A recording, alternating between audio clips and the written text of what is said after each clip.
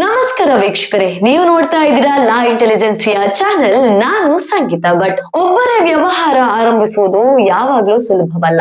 ಬಹುಜನರು ತಮ್ಮ ಸ್ನೇಹಿತರು, ತಮ್ಮ ಕುಟುಂಬಸ್ಥರ ಜೊತೆಗೆ ಸೇರಿ, ನಂಬಿಕೆ ಇರುವಂತಹ ಜನರೊಟ್ಟಿಗೆ ಸೇರಿ ವ್ಯವಹಾರವನ್ನ ಪ್ರಾರಂಭ ಮಾಡ್ತಾರೆ. ಅದು ಈಗಿನ ಜನರೇಷನ್ ಅಲ್ಲಿ ಕಾಮನ್ ಆಗಿದೆ. ಆಲೋಚನೆಗಳು, ಹಣ, ಶ್ರಮ ಮತ್ತು ಜವಾಬ್ದಾರಿಗಳನ್ನ ಹಂಚಿಕೊಂಡಾಗ ವ್ಯವಹಾರವನ್ನ ನಿರ್ವಹಿಸುವುದು ಮತ್ತು ಬೆಳೆಸುವುದು ಇನ್ನಷ್ಟು ಸುಲಭವಾಗಿರುತ್ತದೆ. ಇದು ಪಾರ್ಟ್ನರ್ಶಿಪ್ ಬಿಸ್ನೆಸ್ ಅಲ್ಲಿ ಅದರ ಅಂಡರ್ ಅಲ್ಲಿ ಬರ್ತದೆ. ಹಾಗಾದ್ರೆ ಇವತ್ತಿನ ಈ ವಿಡಿಯೋದಲ್ಲಿ ನಾವು ಏನೆಲ್ಲ ತಿಳ್ಕೊಳ್ಬಹುದು, ಯಾವ ವಿಷಯಗಳನ್ನೆಲ್ಲ ನಾನು ನಿಮ್ಗೆ ಹೇಳ್ತೀನಿ ಅನ್ನೋದನ್ನ ನೋಡೋಣ. ಪಾರ್ಟ್ನರ್ಶಿಪ್ ಫರ್ಮ್ ಅಂದ್ರೆ ಏನು? What is partnership firm? ಇನ್ನು ಪಾರ್ಟ್ನರ್ಶಿಪ್ ಫರ್ಮ್ ನಲ್ಲಿ ಪ್ರಮುಖ ಲಾಭಗಳು ಯಾವುದೆಲ್ಲ ನೀವು ಪಡ್ಕೊಳ್ತೀರಾ ಅನ್ನೋದನ್ನ ನಾನು ನಿಮಗೆ ತಿಳಿಸ್ಕೊಡ್ತೀನಿ. ಮೂರನೇದಾಗಿ ಪಾರ್ಟ್ನರ್ಶಿಪ್ ಫರ್ಮ್ ಅನ್ನು ಹೇಗೆ ರಿಜಿಸ್ಟರ್ ಮಾಡ್ಕೊಳ್ಳೋದು ಅದನ್ನ ನಾವು ನಿಮ್ಗೆ ತಿಳಿಸ್ಕೊಡ್ತೀನಿ. ವಿಡಿಯೋವನ್ನ ಮುಂದುವರಿಸುವ ಮೊದಲು ನಿಮಗಾಗಿ ನಮ್ಮ ಟೀಮ್ ಇಂದ ಒಂದು ಘೋಷಣೆ ಇದೆ. ಏನಪ್ಪಾ ಅಂದ್ರೆ, ನೀವು ಈಗಾಗಲೇ ಬಿಸ್ನೆಸ್ ಅನ್ನ ಪ್ರಾರಂಭ ಮಾಡಿದ್ರೆ ಅಥವಾ ವ್ಯವಹಾರವನ್ನ ಪ್ರಾರಂಭ ಮಾಡಬೇಕು ಅಂತ ಪ್ಲಾನ್ ಮಾಡ್ತಾ ಇದ್ರೆ, ನಿಮಗೆ ನಾವು ಒಂದು ವಾಟ್ಸ್ಆಪ್ ಗ್ರೂಪ್ ಅನ್ನ, ವಾಟ್ಸ್ಆಪ್ ಕಮ್ಯುನಿಟಿಯನ್ನ ಪ್ರಾರಂಭ ಮಾಡಿದ್ದೇವೆ. ಅಲ್ಲಿ ನಾವು ನಿಮಗೆ ವ್ಯವಹಾರದ ಟಿಪ್ಸ್, ವ್ಯವಹಾರದ ಗೈಡೆನ್ಸ್ ಬಗ್ಗೆ ನಾವು ನಿಮಗೆ ದಿನದಿಂದ ದಿನಕ್ಕೆ ಡೈಲಿ ಅಪ್ಡೇಟ್ಸ್ ಅನ್ನ ಕೊಡ್ತೇವೆ. ಹಾಗಾದ್ರೆ ನೀವು ಮಾಡ್ಬೇಕಾಗಿರೋದು ಇಷ್ಟೇ. ಸ್ಕ್ರೀನ್ ಅಲ್ಲಿ ಕಾಣಿಸುವಂತಹ ಲಿಂಕ್ ಗೆ ಕ್ಲಿಕ್ ಮಾಡಿ ನೀವು ನಮ್ಮ ಕಮ್ಯುನಿಟಿಯನ್ನ ಜಾಯಿನ್ ಆಗಬಹುದು. ಮತ್ತೆ ಯಾಕೆ ತಡ, ಈಗಲೇ ಜಾಯಿನ್ ಆಗಿ.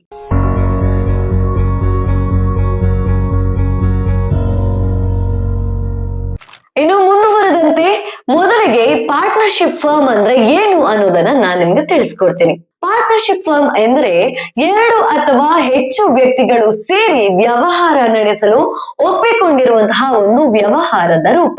ಪಾಲುದಾರರು ತಮ್ಮ ಒಪ್ಪಂದದ ಪ್ರಕಾರ ಲಾಭ ಆಗಿರ್ಬೋದು, ನಷ್ಟ ಆಗಿರ್ಬೋದು, ಅದನ್ನ ಜವಾಬ್ದಾರಿಗಳನ್ನ ಕೂಡ ಮತ್ತು ನಿರ್ಧಾರಗಳನ್ನ ಹಂಚಿಕೊಳ್ತಾರೆ. ಪಾಲುದಾರರ ನಡುವಿನ ಸಂಬಂಧವನ್ನ ಪಾರ್ಟ್ನರ್ಶಿಪ್ ಅಗ್ರಿಮೆಂಟ್ ಅಲ್ಲಿ ನಾವು ನಮೂದಿಸ್ತೇವೆ. ಇನ್ನು ಮುಂದುವರೆದಂತೆ ಪಾರ್ಟ್ನರ್ಶಿಪ್ ಅಗ್ರಿಮೆಂಟ್ ಎಂದರೇನು ಅದ್ರ ಬಗ್ಗೆ ನಾನು ನಿಮಗೆ ತಿಳಿಸ್ಕೊಡ್ತೀನಿ.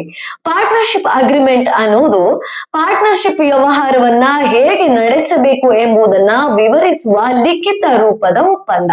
ಇನ್ನು ಅಗ್ರಿಮೆಂಟ್ ಅಲ್ಲಿ ಏನೆಲ್ಲ ಅಂಶಗಳು ಇನ್ಕ್ಲೂಡ್ ಆಗಿರ್ತದೆ ಅನ್ನೋದನ್ನ ನಾನು ನಿಮ್ಗೆ ಇವಾಗ ಹೇಳ್ತೀನಿ. ಪಾಲುದಾರರ ಹೆಸರುಗಳು, ಲಾಭ ಹಂಚಿಕೆಯ ಅನುಪಾತ, ಪ್ರತಿಯೊಬ್ಬ ಪಾಲುದಾರ ಎಷ್ಟು ಇನ್ವೆಸ್ಟ್ ಮಾಡಿರ್ತಾರೆ ಅದು ಅದರಲ್ಲಿ ಮೆನ್ಷನ್ ಆಗಿರ್ತದೆ. ಪಾಲುದಾರರ ಪಾತ್ರಗಳು ಮತ್ತು ಜವಾಬ್ದಾರಿಗಳು, ನಿರ್ಧಾರ ತೆಗೆದುಕೊಳ್ಳುವ ಪ್ರಕ್ರಿಯೆ ಹೇಗಿರ್ತದೆ ಅಂತ ಅದರಲ್ಲಿ ಮೆನ್ಷನ್ ಆಗಿರ್ತದೆ.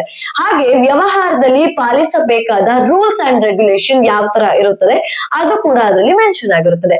ಈ ಒಪ್ಪಂದವು ಭವಿಷ್ಯದಲ್ಲಿ ಉಂಟಾಗಬಹುದಾದಂತಹ ಏನೆಲ್ಲ ಗೊಂದಲಗಳಾಗಿರ್ಬೋದು, ಪ್ರಾಬ್ಲಮ್ಸ್ ಗಳಾಗಿರ್ಬೋದು, ಈ ಅಗ್ರಿಮೆಂಟ್ ಅದನ್ನು ನಡೆಸಲು ಸಹಾಯ ಮಾಡಿಕೊಡ್ತದೆ. ಇನ್ನು ಮುಂದಿನ ಭಾಗಕ್ಕೆ ಹೋಗೋ ಮೊದಲು ನಿಮ್ಗೋಸ್ಕರ ನಮ್ಮ ಕಮ್ಯುನಿಟಿ, ನಮ್ಮ ಟೀಮ್ ನಿಮ್ಗೊಂದು ಘೋಷಣೆಯನ್ನ ಹೇಳ್ತಾ ಇದೆ. ಏನಪ್ಪಾ ಅಂದ್ರೆ, ನೀವು ನಿಮ್ಮದೇ ವ್ಯವಹಾರ ಆರಂಭಿಸಬೇಕು ಅಂತ ಯೋಚನೆ ಮಾಡ್ತಾ ಇದ್ರೆ ಅಥವಾ ಆಲ್ರೆಡಿ ನೀವು ನಿಮ್ಮ ಸ್ವಂತ ಬಿಸ್ನೆಸ್ ಅನ್ನ ಪ್ರಾರಂಭ ಮಾಡಿದ್ರೆ, ನಿಮ್ಗೋಸ್ಕರ ಗೈಡೆನ್ಸ್ ಇರುವಂತಹ ಒಂದು PDF, ಫ್ರೀ PDF ಅನ್ನ ನಾವು ಕ್ರಿಯೇಟ್ ಮಾಡಿದ್ದೇವೆ.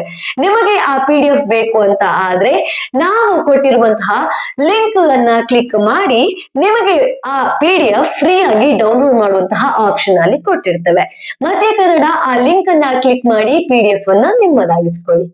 ಇನ್ನು ಪಾರ್ಟ್ನರ್ಶಿಪ್ ಫರ್ಮ್ ಸ್ಥಾಪನೆಗೆ ಬೇಕಾದ ಮೂಲಭೂತ ಅವಶ್ಯಕತೆಗಳು ಯಾವುದೆಲ್ಲ ಅನ್ನೋದನ್ನ ನಾನು ನಿಮಗೆ ತಿಳಿಸ್ಕೊಡ್ತೀನಿ. ಮೊದಲನೆಯದಾಗಿ 2 ಪಾರ್ಟ್ನರ್ಸ್, ಇದಕ್ಕೆ ಮಿನಿಮಮ್ 2 ಪಾರ್ಟ್ನರ್ಸ್ ಅವಶ್ಯಕತೆ ಇರ್ತದೆ.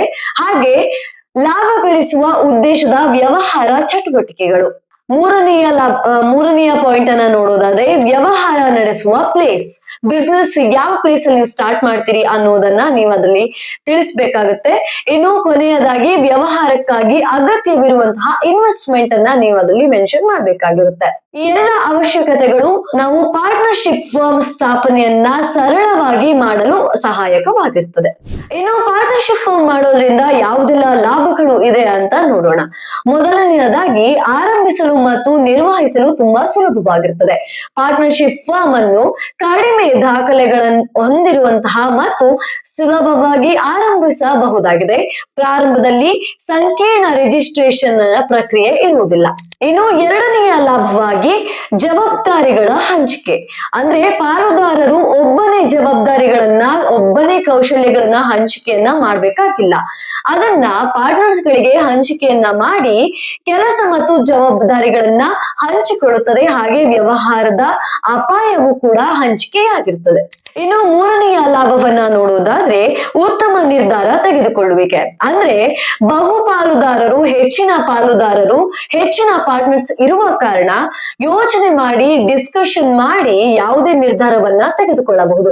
ಇದರಿಂದ ಉತ್ತಮ ನಿರ್ಧಾರಗಳನ್ನ ತೆಗೆದುಕೊಳ್ಳುವಂತಹ ಚಾನ್ಸಸ್ ಹೆಚ್ಚಿರ್ತದೆ. ಇನ್ನು ನಾಲ್ಕನೆಯ ಲಾಭವನ್ನ ನೋಡೋದಾದ್ರೆ ಹೆಚ್ಚು ಆರ್ಥಿಕ ಶಕ್ತಿ. ಪ್ರತಿ ಪಾಲುದಾರರು ಬಂಡವಾಳವನ್ನ ಹೂಡಿಕೆ ಮಾಡೋದ್ರಿಂದ ಅಂದ್ರೆ ಎಲ್ಲಾ ಪಾರ್ಟ್ನರ್ಸ್ ಕೂಡ ಇನ್ವೆಸ್ಟ್ ಮಾಡೋದ್ರಿಂದ ಪಾರ್ಟ್ನರ್ಶಿಪ್ ಫರ್ಮ್ ಹೆಚ್ಚು ಬಂಡವಾಳ ಸಂಗ್ರಹಿಸಲು ಸಹಾಯಕವಾಗಿರುತ್ತದೆ. ಇನ್ನು ಮುಂದುವರೆದಂತೆ ಪಾರ್ಟ್ನರ್ಶಿಪ್ ಫರ್ಮ್ ಅನ್ನ ಹೇಗೆ ರಿಜಿಸ್ಟರ್ ಮಾಡುವುದನ್ನ ನಾನು ನಿಮ್ಗೆ ತಿಳಿಸ್ಕೊಡ್ತೀನಿ. ಮೊದಲನೆಯ ಹಂತವಾಗಿ ಪಾರ್ಟ್ನರ್ಶಿಪ್ ಡೀಡ್ ಅನ್ನ ತಯಾರಿಸುವುದು. ಅಂದ್ರೆ ಲಾಭ ಹಂಚಿಕೆ ಪಾತ್ರಗಳು, ಯಾವ ವ್ಯಕ್ತಿ ಯಾವ ಕರ್ತವ್ಯಗಳನ್ನ ಮತ್ತು ಜವಾಬ್ದಾರಿಗಳನ್ನ ಸ್ಪಷ್ಟವಾಗಿ ವಿವರಿಸಿ ಪಾರ್ಟ್ನರ್ಶಿಪ್ ಡೀಡ್ ತಯಾರಿಸಲಾಗುತ್ತದೆ. ಇದು ವ್ಯವಹಾರವನ್ನ ಸುಗಮವಾಗಿ ಕೊಂಡೊಯ್ಯುವಲ್ಲಿ ಮೂಲ ದಾಖಲೆಯಾಗಿರುತ್ತದೆ.